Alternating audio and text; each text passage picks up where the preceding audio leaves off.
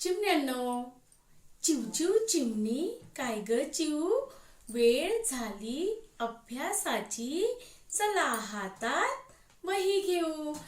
मुलांनो, आपले सण समारंभ होतात तेव्हा आपण घराला सुशोभित करतो. त्यासाठी आपण कशा कशाचा वापर करतो? आधी घर स्वच्छ करतो, नंतर घरातील वस्तू नीटनेटक्या ठेवतो, घरामध्ये चमचमणारे दिवे लावतो. हा झाला घरातील भाग. ह्या व्यतिरिक्त घराच्या बाहेर जो भाग असतो तो म्हणजे अंगण. अंगणाला सुद्धा सुंदर दिसण्यासाठी आपण कशा कशाचा वापर करतो? तर अंगणाला आधी स्वच्छ करतो. झाडू, सडा, पाणी शिंपडून अंगण स्वच्छ केले जाते. तुळशी समोर दिवे लावून तुळशीलाही सुशोभित करतो. आणि सर्वात महत्त्वाची गोष्ट म्हणजे सुंदर रंग भरून रांगोळी काढतो. रांगोळी वेगवेगळ्या पद्धतीची असते. ठिपक्याची रांगोळी, फुलांची रांगोळी, छाप्यांची रांगोळी. निरनिराळ्या राज्यांमध्ये रांगोळी काढण्यासाठी निरनिराळ्या साहित्यांचा उपयोग केला जातो. तर आज रांगोळी भारतीय कला हा पाठ आपण शिकूया. आणि हेच आपल्याला या पाठामध्ये शिकायचं आहे की वेगवेगळ्या राज्यामध्ये वेगवेगळ्या रांगोळ्या कशा काढतात. तर चला आपण आता पाठाला सुरुवात करूया. विद्यार्थ्यांनो, रांगोळी काढणे आणि मिटवणे हे सुद्धा आपल्या जीवनाचा अविभाज्य अंग आहे. ज्याप्रमाणे रांगोळी कितीही सुंदर असली तरी सुद्धा तेवढ्याच जोमाने आपण दुसऱ्या दिवशी तिच्यापेक्षा सुंदर रांगोळी काढण्याचा प्रयत्न करतो. असे आपण रोज करतो. तर या रांगोळीपासूनच आपल्याला हेही शिकायचे आहे की आजचा दिवस चांगला होता, पण याही पेक्षा उद्याचा दिवस चांगला होईल यासाठी प्रयत्न करणे. रांगोळी ही ज्याप्रमाणे अंगण आणि घराला सुशोभित करते, त्याचप्रमाणे चांगले विचार व चांगले वर्तन एका व्यक्तीला सुशोभित करते. म्हणून रांगोळी ही फक्त कला किंवा सजावट नसून आपल्या जीवनात तिचे अनन्यसाधारण महत्त्व आहे. तर चला मग वर्ग 5वीचा पाठ क्रमांक 9 रांगोळी भारतीय कला हा पाठ आता शिकूयात. पाठ क्रमांक 9 रांगोळी भारतीय कला. तर या पाठाची प्रस्तावना बघूया. देवपूजा, उत्सव, समारंभ प्रसंगी रांगोळीने सजावट करण्याची प्रथा भारतातील बहुतांश प्रांतात प्रचलित आहे. रांगोळीने परिसर सुशोभित केला जातो. आज याच कलेविषयी आपल्याला जाणून घ्यायचे आहे. तर बघा, देवपूजा करताना आपण काय करतो? देवांना धुतो, देवघर साफ करतो आणि देवांना फुलं वाहतो आणि त्याच्यासमोर छान छोटीशी रांगोळी काढतो. नंतर उत्सव सण हे आपण समारंभ साजरे करतो, उत्सव साजरा करतो तेव्हा मोठी रांगोळी काढतो आणि रांगोळीला छान दिवे वगैरे लावून सुशोभित करतो. तर समारंभ म्हणजे आपले जे ॲन्युअल फंक्शन जे इंग्लिशमध्ये आपण म्हणतो त्याला मराठीत स्नेह संमेलन असे म्हणतात. तर त्या प्रसंगी सुद्धा आपण छान मोठी रांगोळी काढून तो परिसर सुशोभित करतो. तर आपण याच कलेविषयी आता जाणून घेऊया. रांगोळी व रंगावली हा शब्द 2 शब्दांनी बनला आहे. रांगोळी व रंगावली हा शब्द 2 शब्दांनी बनला आहे. रंग अधिक आवली. आवली म्हणजे ओळ. तुम्हाला माहिती आहे, ठिपक्यांची रांगोळी आपण जेव्हा काढतो तर एका ओळीमध्ये त्या एका रेषेमध्ये आपण ठिपके काढतो आणि मग ती रांगोळी काढतो. तर त्याला रांगोळी किंवा रंगावली असे म्हणतात. रंगाच्या ओळी म्हणजेच रांगोळी. रंगांच्या ओळी म्हणजेच रांगोळी. भारतीय सण हे देवी देवतांशी निगडीत आहेत. बरोबर आहे, आपले सगळे सण साजरे करतो. तर सण पहिला येतो आपला आषाढी सण. तर आषाढी सण हा कोणता देव आहे?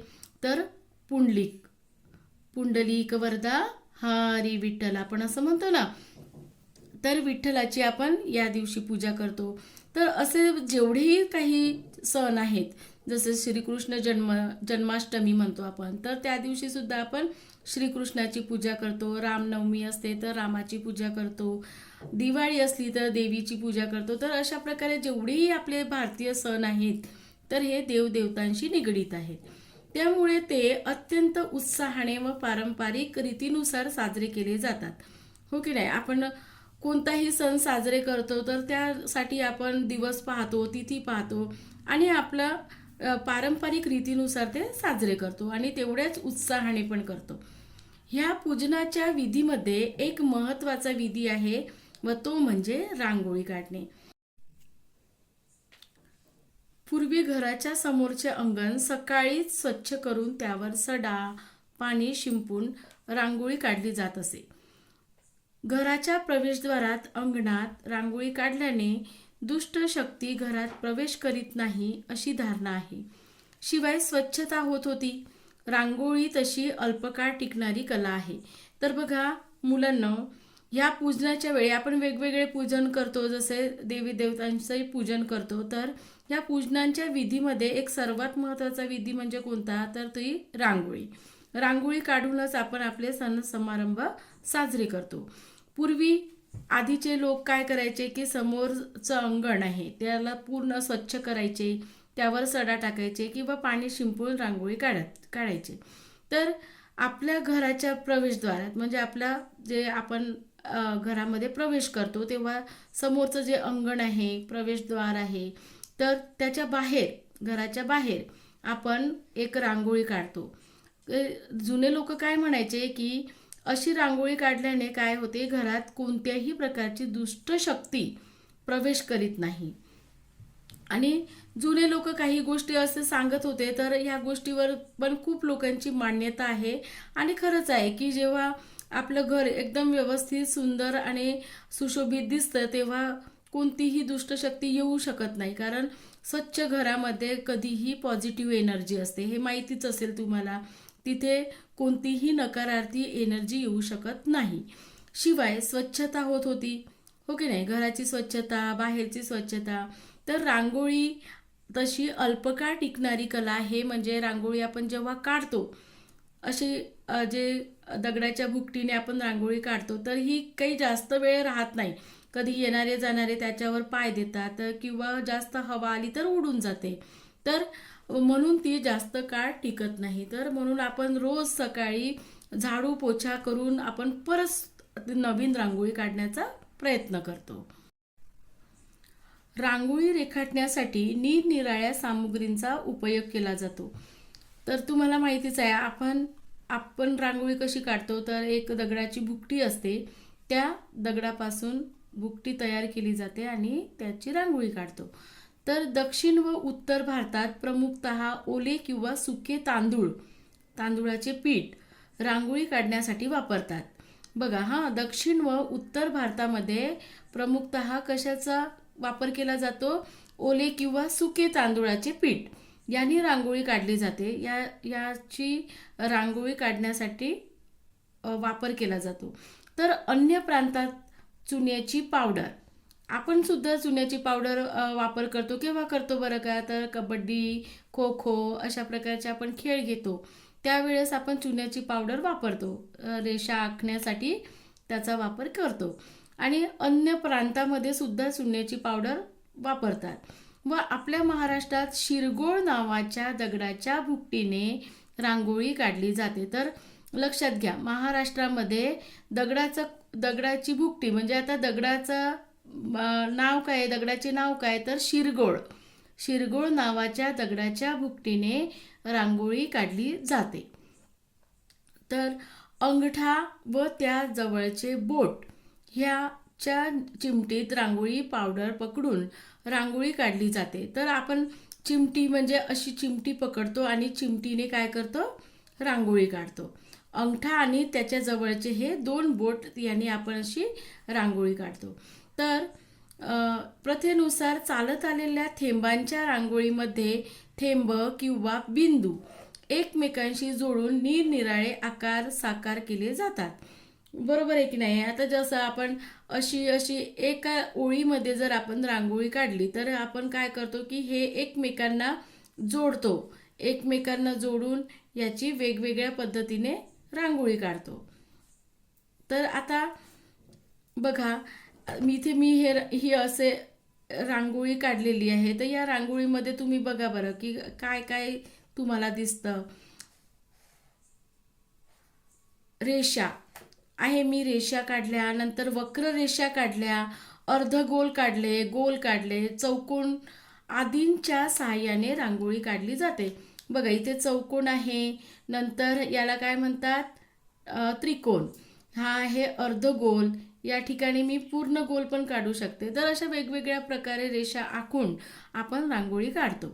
त्यानंतर त्यात नयनरम्य रंग भरून तिला आकर्षक केले जाते. हो की नाही. आपण वेगवेगळे रंग, आता तुम्ही पाहू शकता की आपल्या पुस्तकामध्ये छान रांगोळ्या काढल्या आणि त्यामध्ये रंग भरलेले आहेत. तर लाल कलर आहे, निळा रंग आहे, पिवळा रंग आहे, तर केशरी रंग आहे. तर अशा प्रकारे हे नयनरम्य रंग आहेत, यामुळे रांगोळी आकर्षक दिसते. रांगोळी कुठेही रिकामी जागा ठेवत नाही. रांगोळीमध्ये आपण कुठे पहा, तुम्ही बघितली आहे इथे ही रांगोळी पूर्ण काढलेली आहे, पण कुठेही रिकामी जागा सोडत नाही. आपण सगळ्या ठिकाणी रंग भरतो, रंग भरून पूर्ण करतात, बरोबर की नाही. तर अशा प्रकारे ह्या रांगोळ्या तुम्हाला तुमच्या वहीवर काढायच्या आहेत. ह्या कलेला भारतातील विभिन्न प्रांतात वेगवेगळी नावे आहेत. रांगोळीला नावं सुद्धा वेगळी वेगळी आहेत. दक्षिण भारतामध्ये आणि तामिळनाडूमध्ये याला कोलम म्हणतात. रांगोळीला काय म्हणतात, कोलम. दक्षिण भारत आणि तामिळनाडूमध्ये. बंगालमध्ये अल्पना. बंगालमध्ये रांगोळीला काय म्हणतात, अल्पना. तर बिहारमध्ये हिला अरिपणा असे म्हणतात. बिहारमध्ये काय म्हणतात, अरिपणा. आणि दक्षिण भारत किंवा तामिळनाडूमध्ये याला कोलम म्हणतात आणि बंगालमध्ये याला अल्पना म्हणतात, तर बिहारमध्ये अरिपणा म्हणतात. महाराष्ट्रात आपण त्याला रांगोळी म्हटले जाते. हो की नाही. आपण महाराष्ट्रामध्ये काय म्हणतो, रांगोळी. मुलांनो, ह्या कलेचा जन्म महाराष्ट्रात झाला असे म्हणतात. बघा, रांगोळीचा जन्म कुठे झाला, तर महाराष्ट्रामध्ये झाला. तर ही दिवाळीचा सण साजरा करताना, दीपावली म्हणजे दिव्यांच्या ओळी, केव्हा झाला त्या रांगोळीचा जन्म, तर आपण ज्यावेळी दिवाळी साजरी करतो त्यावेळी झाला. जसं दीपावली म्हणजे दिव्यांच्या ओळी, तर आपण पायऱ्या असतात, तर पायऱ्यामध्ये कसं एका लाईनमध्ये सगळ्या एका रेषेमध्ये आपण दिवे ठेवतो. तर वेगवेगळे दिवे ठेवून त्याची रांगोळी काढली जाते. जशी स्वस्तिक आहे, तर एका ओळीमध्ये आपण तिला ठेवून स्वस्तिक असं दिवेने दाखवू शकतो. दिवाळीत रंगीबेरंगी रांगोळी काढून त्यामध्ये पंत्या ठेवून तिची शोभा वाढवतो. हो की नाही. तर पंत्या म्हणजेच दिवे. तर ह्या ज्या पंत्या आहेत, तर आपण रांगोळीवर वेगळ्या वेगळ्या आकाराने ठेवतो. कधी गोल ठेवतो, तर कधी आडव्या उभ्या ठेवतो, तर कधी बाहेरच्या दिशेने दाखवतो, कधी आतल्या दिशेने दाखवतो. तर अशा प्रकारे ह्या पंत्या ठेवून आपण रांगोळीची शोभा वाढवितो. लक्ष्मीचे स्वागत करण्यास लक्ष्मीपूजनाच्या दिवशी अशी सजावट केली जाते, बरोबर की नाही. तर लक्ष्मीपूजन आपण दिवाळीला तर वेगवेगळ्या पद्धतीच्या रांगोळी काढतो. फक्त एकच रांगोळी न काढता वेगवेगळ्या रांगोळ्या काढतो, थोड्या थोड्या अंतरावर रांगोळ्या काढतो आणि सगळ्या रांगोळ्यांवर दिवे ठेवतो. तर रांगोळी काढताना त्यात निसर्गातील घटक जसे वृक्ष, पाने, फुले, फळे इत्यादीचे रेखाटन करतात. तसंच धार्मिक शुभचिन्हे, स्वस्तिक, ओम, लक्ष्मीची पावले यांची रांगोळी काढली जाते. तर बघा, रांगोळी काढताना आपण आता वेगळ्या वेगळ्या पद्धतीचे, जसं निसर्गरम्य जर रांगोळी काढायची असेल तर त्यामध्ये वृक्ष काढतो, पाने काढतो, फुले काढतो, फळे काढतो, हो की नाही, पहाड सुद्धा काढतो. तर यांचे रेखाटन असं आपण एक दृश्य दाखवतो, त्याला आपण काय म्हणतो, सीन पेंटिंग. सीन पेंटिंगमध्ये जसं करतो तसंच आता आपण रांगोळीमध्ये सुद्धा तसंच करतो. आता आपले धार्मिक शुभचिन्हे म्हणजे कोणते आहेत, तर स्वस्तिक आहे, पावले आहेत, ओम, नंतर ओम असतं, आणखी गाईचं सुद्धा ठसे येतात, तर त्याला काय म्हणतात आपण, गोपद्म. तर वेगवेगळ्या पद्धतीच्या ह्या रांगोळ्या आपण काढतो. तर काही रांगोळ्या या सलग रेषांच्या असतात, त्या हात न उचलता न थांबता काढावयाच्या असतात. तर जशी ही आता इथे रांगोळी काढलेली आहे, तर एकदा या पॉइंटपासून आपण चालू केलं तर अगदी सलग हाताने ही रांगोळी काढली जाते. तर याला काय म्हणतात, सलग हाताने काढावयाची रांगोळी. कालांतराने पारंपरिक रांगोळ्यांच्या रेखाटनामध्ये बरेच परिवर्तन झाले. बघा, आधी जुन्या काळामध्ये जास्तीत जास्त रांगोळ्या नागमोडी आकाराच्या रांगोळ्या काढायचे, कोणी नागाची रांगोळी काढायचे. तर ह्या नागमोड्या रांगोळ्या ते सलग हाताने काढली जात असे. आणि काही रांगोळ्या अगदी सरळ लाईनमध्ये, म्हणजे एक एक बिंदू जोडून ती रांगोळी काढली जात असे. तर आता त्यामध्ये खूप बदल झालेला आहे. कुणी गोल काढतात, गोलाच्या भोवती अर्धगोल काढतात आणि नंतर त्याच्यामध्ये रेषा किंवा पानं वगैरे काढून सुंदर रांगोळी काढली जाते. तर आधुनिक काळात ठिपक्यांच्या रांगोळ्यांपेक्षा संस्कार भारती विकसित रांगोळी, फुलांची रांगोळी, साच्यात रांगोळी टाकून काढता येणारी रांगोळी इत्यादी विविध प्रकारे प्रचलित आहेत, हो की नाही. तर रांगोळी काढताना संस्कार भारती तुम्हाला माहिती आहे की आपण संस्कार भारतीमध्ये काय करतो, पहिले गोल काढतो, नंतर अर्धगोल काढतो, अर्धगोलामध्ये परत रेषा काढतो आणि रेषाला पण सुंदर अशा प्रकारे बिंदू देऊन आणखी सुशोभित करतो. तर अशाच प्रकारे वेगवेगळे आता साचे निघालेले आहेत. तर साच्यामध्ये ठेवून ती मोठ्या लाईनची रांगोळी आपण काढतो. तर अशा प्रकारे हल्ली तर रांगोळ्यांचे स्टिकर्स पण मिळतात. कारण ही स्टिकर्स आपण वापर केला तर काय होते, फ्लॅट सिस्टीममध्ये लवकरात लवकर रांगोळी मिटून जाते, कारण रस्ता नसतो, अगदी छोटीशी जागा असते. तर मग कोणतीही छोटीशी रांगोळी काढली तरी ती फार लवकर मिटून जाते. तर आपण आता स्टिकरचा वापर करतो त्याचा, की एकदा स्टिकर लावलं की ते निघत नाही, कोणी पाय दिलं तरी ते निघत नाही. तर लोक हे वापरणे पसंत करतात कारण ते दीर्घकाळ टिकतात. रांगोळी काढून सण समारंभांची सजावट करणे ही पूर्वीपासून चालत आलेली एक रीत आहे. रांगोळी उत्सवाचे अभिन्न अंग आहे. परंपरेनुसार चालत आलेली ही एक अद्भुत नयनरम्य कला आपण जिवंत ठेवूया. तर तुम्हाला कळलेलंच असेल की रांगोळी आपण काढली तर ही रांगोळी सण समारंभांची काय करते, सजावट करते. कोणतेही कार्यक्रम असले तर बरेचसे लोक आता काय करतात, मोबाईल आहे, मोबाईलमध्ये बऱ्याचशा वेगवेगळ्या पद्धतीच्या रांगोळ्या येतात. तर मोठी मोठी रांगोळी काढून ह्या समारंभांची सजावट करतात. पूर्वीपासून चालत आलेली ही एक कला आहे, ही एक रीत आहे, जे की कोणताही कार्यक्रम किंवा सण असला तर आपल्याला रांगोळी काढलीच पाहिजे अशी आपली धारणा आहे. आणि रांगोळी उत्सवाचे अभिन्न अंग आहे हे विसरायला नको. कारण काय असतं की उत्सव आहे म्हटलं तर रांगोळी काढणे आहेच. म्हणजे उत्सव अधिक रांगोळी हे अभिन्न अंग आहे, म्हणजे पूर्ण सलग अंग आहे. परंपरेनुसार चालत आलेली ही अद्भुत नयनरम्य कला आपण जिवंत ठेवूया. आणि यापेक्षाही मोठ्या मोठ्या रांगोळ्या, वेगवेगळ्या पद्धतीच्या रांगोळ्या आता परत प्रचलित होतील. म्हणून असं म्हटलं जाते की ही अद्भुत नयनरम्य कला आहे, ती आपण आजतागायत हे जिवंत ठेवूया. तर मुलांनो, पाठ क्रमांक 9 रांगोळी भारतीय कला या पाठाचे स्वाध्याय आता आपण बघूयात. तर वाक्प्रचारमध्ये बघा, प्रचलित असणे म्हणजे उपयोगात असलेला, जे आता आपण प्रचलित आहे, आता आपण त्याचा वापर करतो आहे. साकार करणे म्हणजे प्रत्यक्षात आणणे, आपल्या डोळ्यासमोर प्रत्यक्ष पाहणे, साकार करणे. निगडीत असणे म्हणजे एकमेकांना संबंध असते, म्हणजे बांधलेले असणे. तर आता बघूया स्वाध्याय. पाठातील माहितीच्या आधारे रिकाम्या जागा भरा. तामिळनाडू प्रांत, तामिळनाडू, पश्चिम बंगाल, बिहार, महाराष्ट्र. आता रांगोळीचे नाव. तामिळनाडूमध्ये रांगोळीचं नाव काय आहे, तर त्याला काय म्हणतात, कोलम. काय म्हणतात, कोलम. तर तामिळनाडूमध्ये आपण कशाचा वापर करतो रांगोळी काढण्यासाठी, तर तांदूळाच्या पिठाचा. कशाचा वापर करतो, तांदूळाच्या पिठाचा.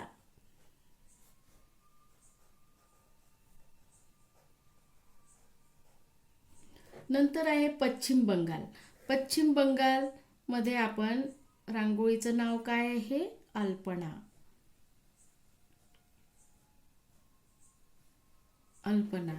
इथे सुद्धा पश्चिम बंगालमध्ये सुद्धा तांदूळाच्या पिठाचा किंवा चुन्याच्या भुकटीचा वापर केला जातो. चुन्याच्या भुकटीचा वापर करतात. नंतर बिहारमध्ये सुद्धा याला अरिपणा म्हणतात आणि चुन्याच्या भुकटीचा वापर करतात.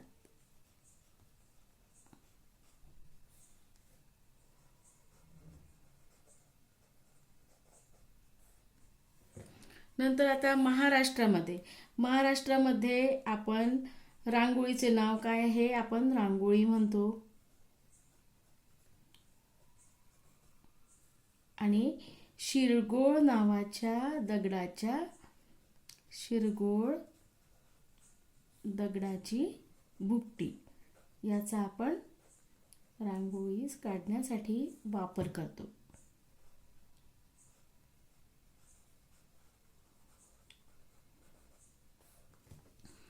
तर प्रश्न दुसरा आहे, थोडक्यात उत्तरे द्या.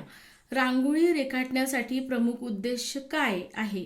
तर आपण पाहिलेलं आहे, आता पाठामध्ये शिकलेलं आहे की रांगोळी जर स्वच्छ आपलं अंगण असेल, स्वच्छ करायचं, नंतर त्यावर सडा किंवा पाणी शिंपडून त्यावर सुंदर रांगोळी रंग भरून काढली तर आपल्या घरामध्ये कोणतीही दुष्ट शक्ती प्रवेश करीत नाही. म्हणून रांगोळी रेखाटण्यामागे हा प्रमुख उद्देश आहे. पारंपरिक रांगोळ्यांमध्ये कोणत्या आकृती प्रामुख्याने दिसतात? तर कोणत्या रांगोळ्या आहेत? तर आपण काय करतो, रेषा काढतो, वक्र रेषा काढतो, नंतर अर्धगोल, गोल किंवा चौकोन. तर अशा प्रकारच्या आकृत्या प्रामुख्याने दिसतात. रांगोळीचा जन्म कोठे व कोणत्या सणाच्या प्रसंगी झाला असे म्हणतात? तर रांगोळीचा जन्म तुम्हाला माहिती आहे आपल्या महाराष्ट्रामध्येच झाला. व कोणत्या सणाच्या प्रसंगी झाला? तर दिवाळीमध्ये जेव्हा आपण पंत्या एका ओळीमध्ये लावतो त्यावेळी रांगोळीचा जन्म झाला. रांगोळीचा जन्म महाराष्ट्रात झाला असून दिवाळी या सणाच्या प्रसंगी झाला असे मानले जाते.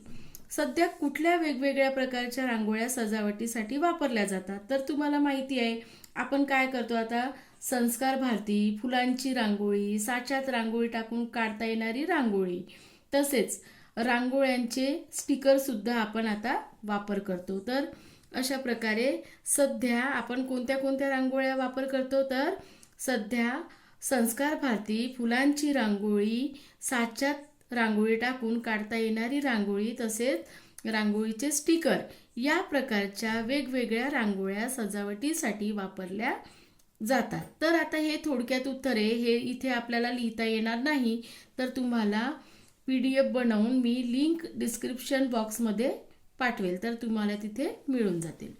तर आता प्रश्न तिसरा आहे, शब्दसंपत्ती. आता जोड शब्द लिहा, जसे रंगी बेरंगी. तर आमनेला जोड शब्द काय येईल? सामने. आमने सामने. नंतर दुसरा आहे सामान. तर सामानाला जोड शब्द येईल सुमान. सामान सुमान.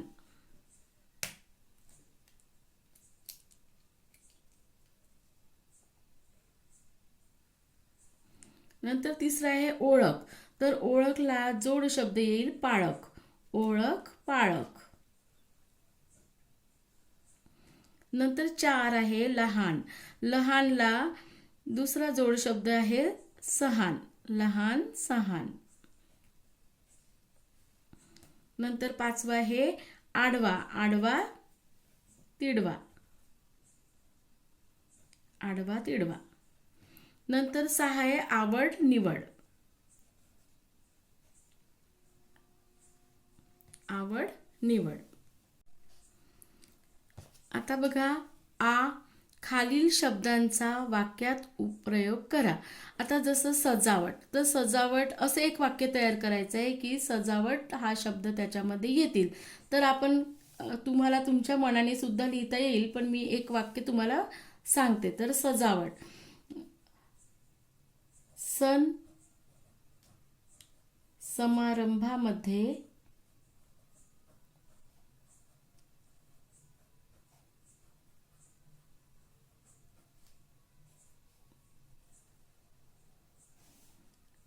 रांगोळ्यांची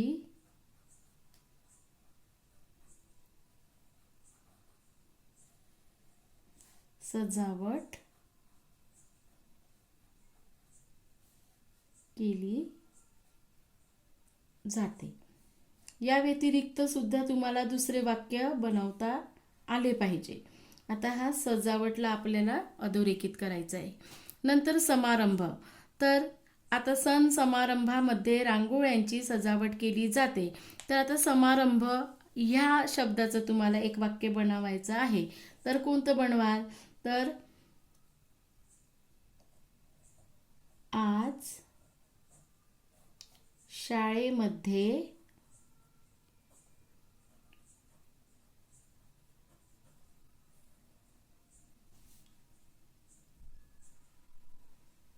मोठा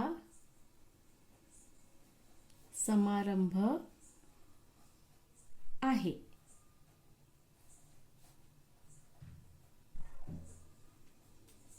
तर समारंभाला तुम्हाला काय करायचं आहे?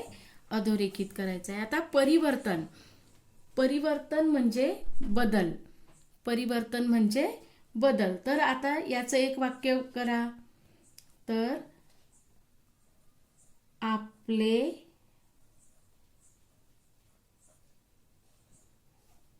राज्यामध्ये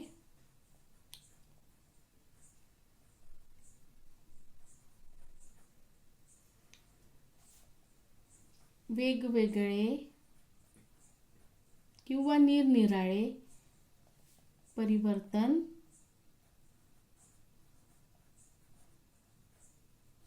होत आहेत.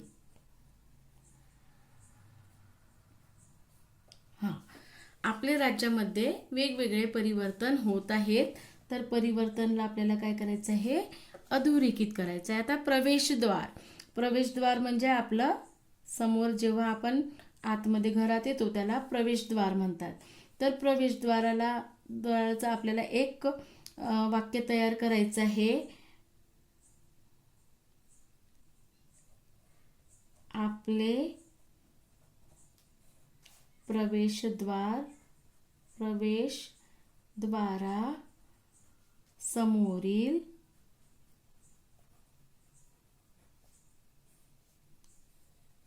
जागा नेहमी स्वच्छ असावी. तर प्रवेशद्वार इथे आपल्याला काय करायचं आहे? हा शब्द अधोरेखित करायचा आहे. तर सजावट. सण समारंभामध्ये रांगोळ्यांची सजावट केली जाते. समारंभ. आज शाळेमध्ये मोठा समारंभ आहे. परिवर्तन. आपले राज्यामध्ये वेगवेगळे परिवर्तन होत आहेत. प्रवेशद्वार. आपले प्रवेशद्वारासमोरील जागा नेहमी स्वच्छ असावी. प्रश्न 4 आहे व्याकरण. खालील वाक्यात क्रियापदाचे योग्य रूप भरा. आता हे बॉक्समध्ये दिलेलं आहे. काढणे, देणे, वाचणे, सोडविणे, खेळणे. तर पहिलं आहे रेखाने गणिते सोडविणे. इथे काय आहे? सोडविणे. तर आता आपण सोडविणे लिहिणार का? तर या वाक्याला सुटेबल असलेलं क्रियापद लिहावं लागेल. रेखाने गणिते सोडविले. तर इथे येईल सोडविले लिहायचं आहे आणि पूर्णविराम लिहायचा आहे. नंतर डॉक्टरांनी रोग्याला औषध देणे लिहायचं का आपण? तर या वाक्याला सुटेबल असलेलं क्रियापद आहे दिले. तर डॉक्टरांनी रोग्याला औषध दिले. पूर्णविराम द्यायला विसरायचं नाही. मुले पटांगणात खेळणे. इथे एक शब्द आहे खेळणे. तर आपण खेळणे लिहिणार का तिथे? वाक्याला सुटेबल असलेलंच क्रियापद लिहायचं. जसंच्या तसं लिहायचं नाही. तर मुले पटांगणात खेळतात. आईने फुलांची रांगोळी काढली. काढणे आहे पण इथे तुम्हाला काय लिहावं लागेल? काढली. आजोबांनी पेपर वाचला. आजोबांनी पेपर वाचणे होणार नाही तर इथे काय होईल? वाचला. आजोबांनी पेपर वाचला. तर अशा प्रकारे आपलं स्वाध्याय संपूर्ण झालेलं आहे. आता खाली ह्या ज्या लाईन्स दिलेल्या आहेत, रेषा दिलेल्या आहेत, तर या ठिकाणी तुम्हाला रांगोळी काढायची आहे. या भागाचे 4 भाग करायचे आहेत तुम्हाला. आणि एका बॉक्समध्ये तुम्हाला संस्कार भारती अशी रांगोळी काढायची आहे. नंतर दुसऱ्या बॉक्समध्ये फुलांची रांगोळी काढा. तिसऱ्या बॉक्समध्ये ठिपक्यांची रांगोळी काढा. आणि चौथ्या बॉक्समध्ये साच्यात आपण रांगोळी काढतो तशा प्रकारची रांगोळी काढा, किंवा नागमोडी आकाराची पण रांगोळी तुम्ही काढू शकता. तर अशा प्रकारे स्वाध्यायाचे दोन्ही पेज तुम्ही कंप्लीट करा. तर मुलांनो, तुम्हाला हा व्हिडिओ अभ्यासासाठी नक्कीच उपयोगी पडणार आहे. आणि यानंतरचे पाठ दिसण्यासाठी चॅनलला सबस्क्राईब करायला विसरू नका. तसेच व्हिडिओला लाईक करा आणि शेअर करा. या पाठाच्या स्वाध्यायाची PDF बनवून लिंक डिस्क्रिप्शन बॉक्समध्ये मिळेल. धन्यवाद.